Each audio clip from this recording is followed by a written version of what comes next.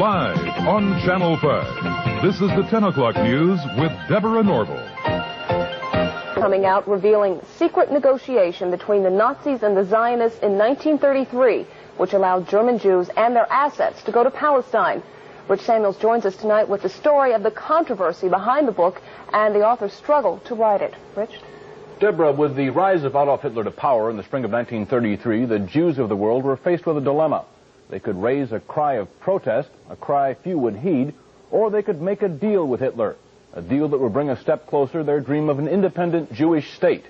The choice they made was difficult and agonizing. This new book describes that choice. The book is called The Transfer Agreement.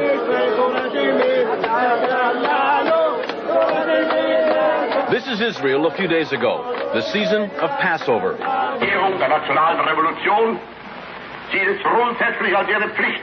And this is Germany 51 years ago, the blossoming of Adolf Hitler's springtime. A key factor in the vitality of today's Israel, the book's author argues, was an agreement reached in 1933 between a group of Zionists and the man who would later try to kill every living Jew.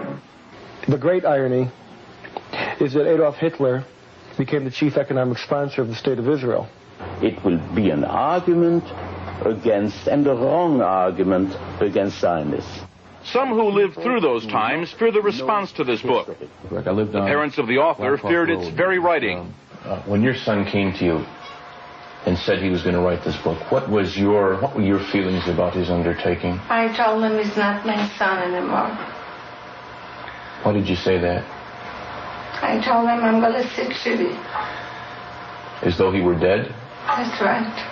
I told him I don't like it. Because as being a Jew, I didn't want something to uncover on my own people. I was buried in a grave with 27 people. I was 7 times captured. Edwin Black's parents are Holocaust survivors. For what? My parents never talked much about the Holocaust. Edwin Black, to fill the void left by the silence of his parents, has written this book, a dense, detailed chronicle of the early months of 1933. January 30th, 1933. Hitler becomes Germany's interim chancellor. The Third Reich has begun.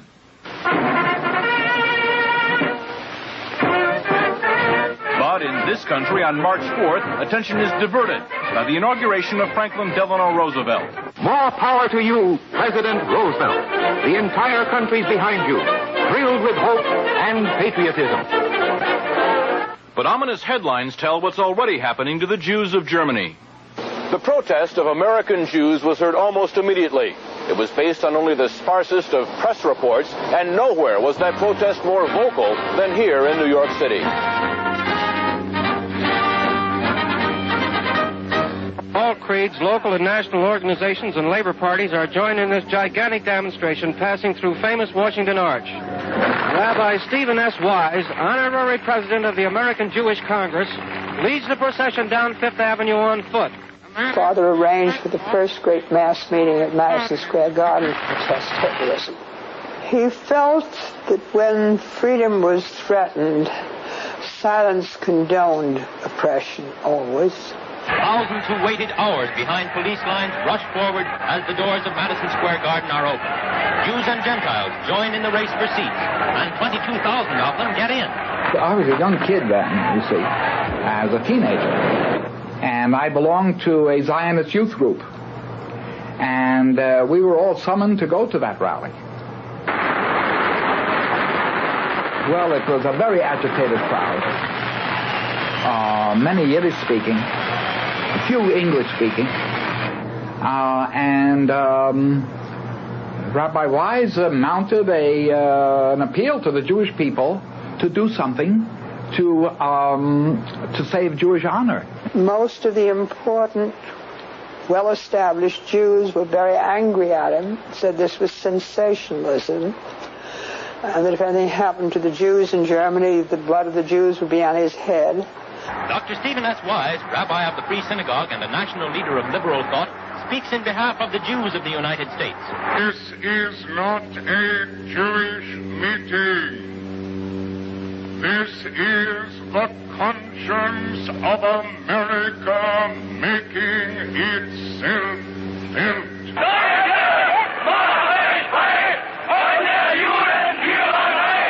The conscience of Nazi Germany made itself felt 5 days later. Across the Reich, Hitler's troops shut down Jewish-owned businesses for 24 hours. Within days, American Jews marched calling for the boycott of all German exports. Jews throughout Europe echoed that call. So did Jews everywhere. But a group of Zionists at the same time was quietly negotiating an agreement with the Nazis to allow the immigration of German Jews and the transfer of their assets to Palestine. That deal, reported in August 1933, was the transfer agreement. Palestine, sparsely settled by Jews at the time, was radically changed as a result. I lived in Palestine from 1933 to 1936, and we saw every week transports of German Jews coming to settle in Palestine. And many new professions were introduced by them into the country, and they played a leading role in making Palestine then a more advanced and progressive country. Israel is really what it is because of the foundation laid by the Eastern European group, and then the lift toward an educated and well-organized government that came with the immigration of the German Jewish group. German Jewish settlement of Palestine was, for a time, official Nazi policy.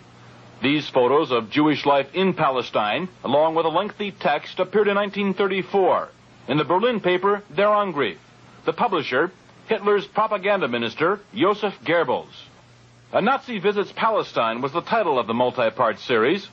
A medal was struck by Goebbels in commemoration. On one side, the swastika. On the other, the Star of David. Hitler demanded one concession for the transfer agreement, that the call for a boycott of the Reich, raised by Jews here and elsewhere, be rejected by the Zionists. The Zionists made that concession. And so, while Nazis were marching in Germany, and while Jews were marching here, diplomacy was running a more important story.